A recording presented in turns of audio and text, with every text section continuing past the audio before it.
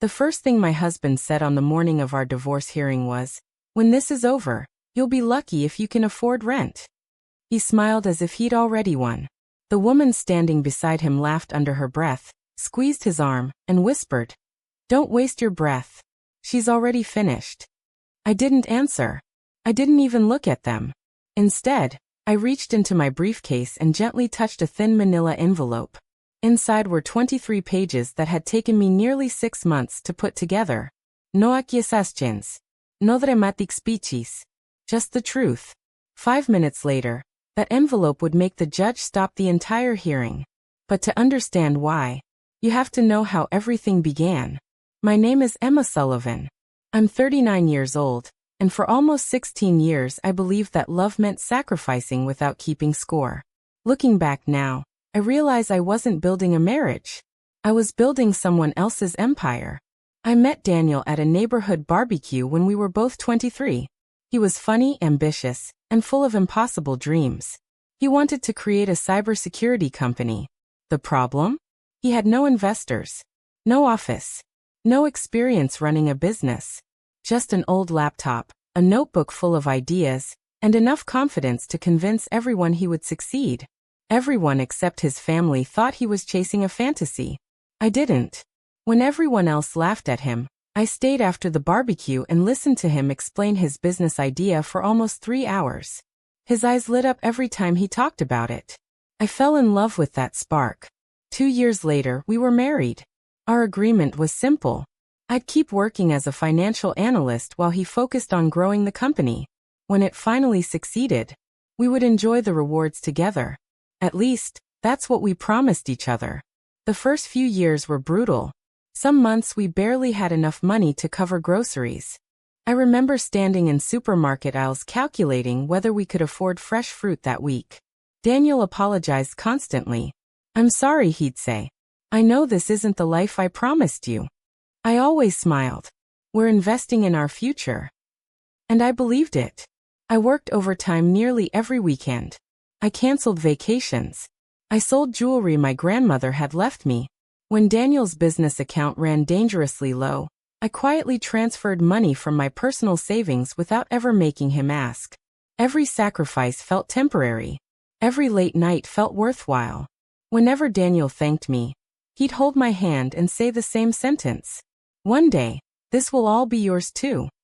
I never asked for contracts. I never demanded ownership. I trusted my husband. Years passed.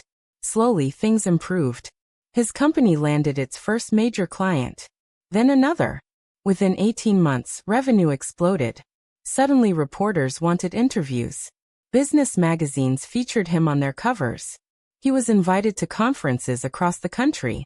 People started calling him a genius. Watching someone you love achieve their dream is an incredible feeling. At first. Then success started changing him. He became harder to reach. Dinner conversations disappeared. His phone never left his hand. When he came home, he wasn't really home anymore. His body sat across the table. His attention lived somewhere else. Whenever I asked how his day had gone, he'd answer with one word: busy. Then he'd disappear into his office. I convinced myself he was just overwhelmed. Growing companies demanded long hours. That's what I kept telling myself. Until one evening, I asked if we could finally take the vacation we'd postponed for almost 10 years. He didn't even look up from his laptop. "Maybe next year." "You said that last year." He sighed. "You know what's at stake." I nodded, but something inside me quietly broke. For the first time, our future sounded like it belonged only to him. I should have noticed the warning signs sooner. But love has a strange way of making excuses for people who stop making time for you. And unfortunately, the worst betrayal hadn't happened yet. It was already waiting just around the corner. The first crack appeared on an ordinary Tuesday. Daniel kissed me goodbye before leaving for work, but 20 minutes later his smartwatch, one he'd forgotten on the kitchen counter, lit up with a message. "Last night was perfect. I already miss you." There was no name. Just a heart emoji. My stomach dropped. For several minutes, I simply stared at the screen. I wanted to believe there had to be an explanation. Maybe it was meant for someone else. Maybe it was a joke. Maybe. But deep down I already knew. When Daniel came home that evening, I didn't mention the message. Instead, I watched him. He walked through the front door smiling at his phone. Not at me. When I asked how his meeting had gone, he barely looked up. It was fine. Then he disappeared into his office. That night, while he slept beside me, I realized something terrifying. The silence between us had become louder than any argument. Over the next few weeks, I stopped asking questions. I started paying attention. Business trips became more frequent. Credit card statements included expensive restaurants I'd never visited. Hotel charges appeared in cities where no conferences had been scheduled. Whenever I casually asked about them, his answers came too quickly. You worry too much. It was just a client dinner. You're overthinking everything. I wanted to believe him. But facts don't care about comforting lies. One Friday afternoon, I decided to bring him lunch at the office. His assistant looked surprised to see me. Oh, Mr. Sullivan already left. Left? She checked her computer. He said he had an investor meeting. Something felt wrong. I thanked her and walked back to my car. As I pulled onto the main road, I saw Daniel's car turn into the parking lot of a luxury hotel, just a few blocks away. My hands tightened around the steering wheel. I told myself not to follow him. Instead, I did. I parked across the street and waited. 10 minutes later, a woman stepped out of a taxi. She smiled the moment she saw him. Daniel hugged her. Then he kissed her. Not quickly. Not awkwardly. The kind of kiss shared by two people who had done it many times before. It felt as though all the air had disappeared from the world. I didn't cry. Not there. I quietly started my car and drove home. That evening, Daniel walked through the front door carrying flowers. I thought we'd have dinner together. The flowers weren't for me. They were for his guilt. I smiled anyway. They're beautiful. He relaxed immediately. He thought I believed him.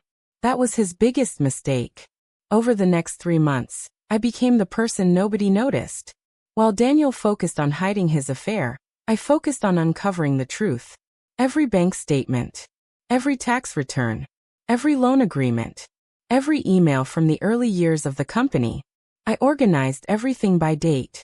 Every sacrifice, every transfer, every promise. Late one night, while searching through an old external hard drive, I found a folder labeled Company Archive. Inside were hundreds of emails. One message caught my attention immediately. It had been sent 12 years earlier. Emma, I couldn't have kept this company alive without you.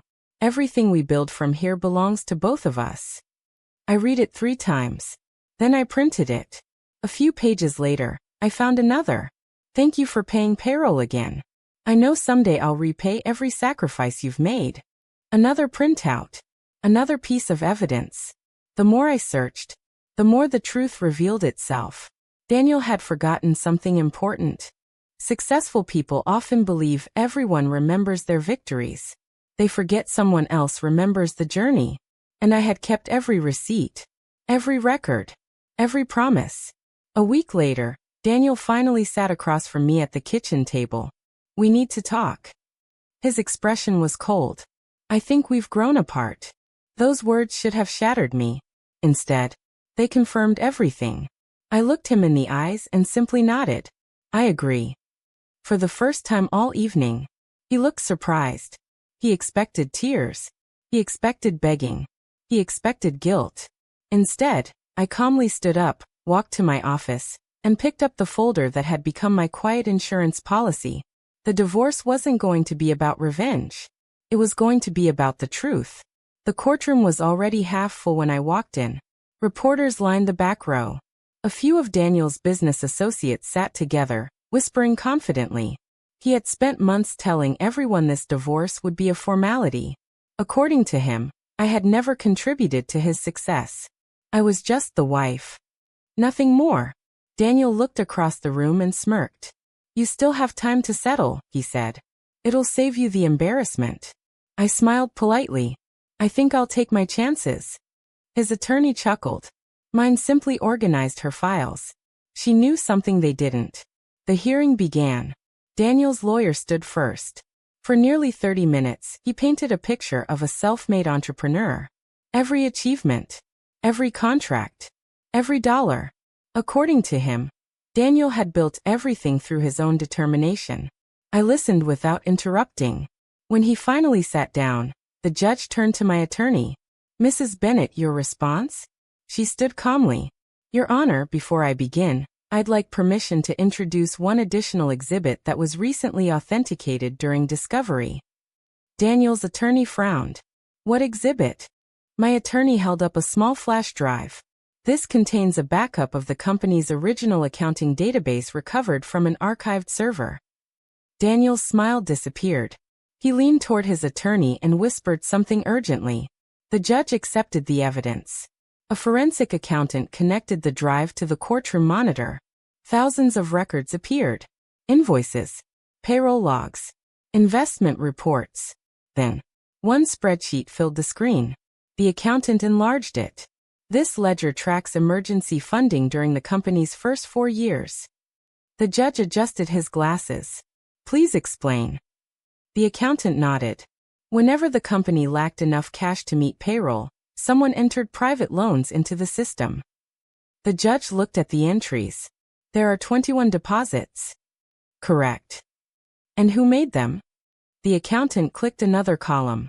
"Every single loan came from the same person, Emma Sullivan." The courtroom became completely silent. Daniel shifted in his chair. His attorney immediately stood. "Those were personal gifts, not investments." The accountant shook his head. "No, sir." He opened another document. "They're recorded as director loans, intended for repayment." Another page appeared. Each loan carried Daniel's electronic approval. The judge looked directly at him. "Mr. Sullivan, is this your signature?" Daniel stared at the screen. "Yes." His voice was barely audible. The judge wasn't finished. The forensic accountant opened one final folder. This archive also recovered several deleted emails. "Deleted." The word echoed through the courtroom. One email appeared on the screen. It had been sent by Daniel to his chief financial officer years earlier. "Make sure Emma's contributions stay classified as temporary loans until we can convert them into equity. She deserves to own part of this company." A second email.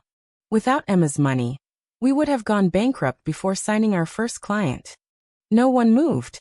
Even the reporters stopped typing. Daniel's attorney slowly sat back down.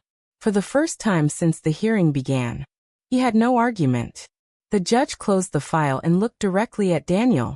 "Mr. Sullivan, you previously testified that your former wife made no meaningful financial contribution." Daniel swallowed hard. "Would you like to revise that testimony?" Daniel opened his mouth. Nothing came out. The silence lasted nearly 10 seconds. Finally, "I was wrong." Those 3 words changed everything. But the biggest surprise wasn't the evidence. It was who stood up next. A man in the second row quietly raised his hand. The judge looked at him. "Yes. My name is Michael Harper. I was Mr. Sullivan's first investor." He glanced toward Daniel before taking a deep breath. "And I believe the court should know why I almost walked away from the company, and who actually convinced me to invest." The courtroom froze. Because whatever Michael was about to say, Daniel clearly didn't want anyone to hear. This ending, where the surprise witness reveals the truth behind the company's success, leading to the final courtroom verdict and a satisfying conclusion. Every eye in the courtroom turned toward Michael Harper. Daniel looked as though he'd seen a ghost. His attorney immediately objected. "Your Honor, this testimony wasn't scheduled." The judge remained calm. "If it is relevant to the financial history of the company, I'll hear it." Michael walked to the witness stand, took the oath, and sat down. He didn't look angry. He looked disappointed. "I met Daniel 14 years ago," he began. "He was talented, ambitious, and determined. But when we first met, I decided not to invest." The courtroom was silent. "Why not?" the judge asked. "Because the company was weeks away from bankruptcy." Michael paused before continuing. "I told Daniel I wouldn't invest unless I believed the business could survive long enough to justify the risk." He turned toward me. The next day, Emma asked to meet me. I hadn't expected him to remember. Michael smiled faintly. She didn't beg me to invest. She didn't make unrealistic promises. She brought spreadsheets, cash flow projections, repayment plans, and a detailed budget showing exactly how every dollar would be used. The judge leaned forward. And I invested because of her. A murmur spread through the courtroom. Michael continued. Daniel had the vision. Emma proved the company could survive. He reached into his briefcase. I also found this while cleaning out old files. It was a signed letter. The judge examined it carefully. The letter was dated 13 years earlier. It was written by Daniel. In it, he acknowledged that the business would never have survived without my financial support and promised that if the company ever became successful, I would always be recognized as an equal partner in everything they built together. Daniel closed his eyes. He knew there was no explaining it away. The judge thanked Michael and dismissed him. Then he reviewed every document one final time. The courtroom was so quiet that even the reporters stopped whispering. Finally, the judge looked up. The evidence presented over the course of these hearings paints a clear picture. He paused. Mr. Sullivan's success was not achieved in isolation. He looked directly at Daniel. The court finds that Mrs. Sullivan made substantial financial and practical contributions during the company's most vulnerable years. Another pause. The division of marital assets will reflect those contributions in accordance with the law. There was no applause. No dramatic celebration. Just silence. The kind of silence that only arrives after the truth finally catches up with a lie. Daniel lowered his head. For the first time since I'd known him, he had nothing left to say. As people began leaving the courtroom, he quietly approached me. I'm sorry. His voice cracked. I spent years convincing myself that success erased the people who helped me get there. I looked at him for a long moment. I never wanted your company, Daniel. He frowned. I wanted honesty. He nodded slowly. I know. That was the last conversation we ever had. 3 months later, the divorce was finalized. The settlement was fair. It wasn't about winning. It was about acknowledging the truth. With my share, I didn't buy a mansion. I didn't buy a luxury car. Instead, I opened my own financial consulting firm, helping small family businesses avoid the mistakes that had nearly destroyed my own life. Today, when young entrepreneurs walk into my office with big dreams and small budgets, I see a little of who I used to be. The difference is, I remind every couple who starts a business together to put everything in writing. Not because love is weak, but because memory can become very convenient when success arrives. People sometimes ask if I believe karma is real. I smile. Because I learned something much more powerful. Lies can be loud. Pride can be convincing. But facts are patient. And sooner or later, they always find their voice.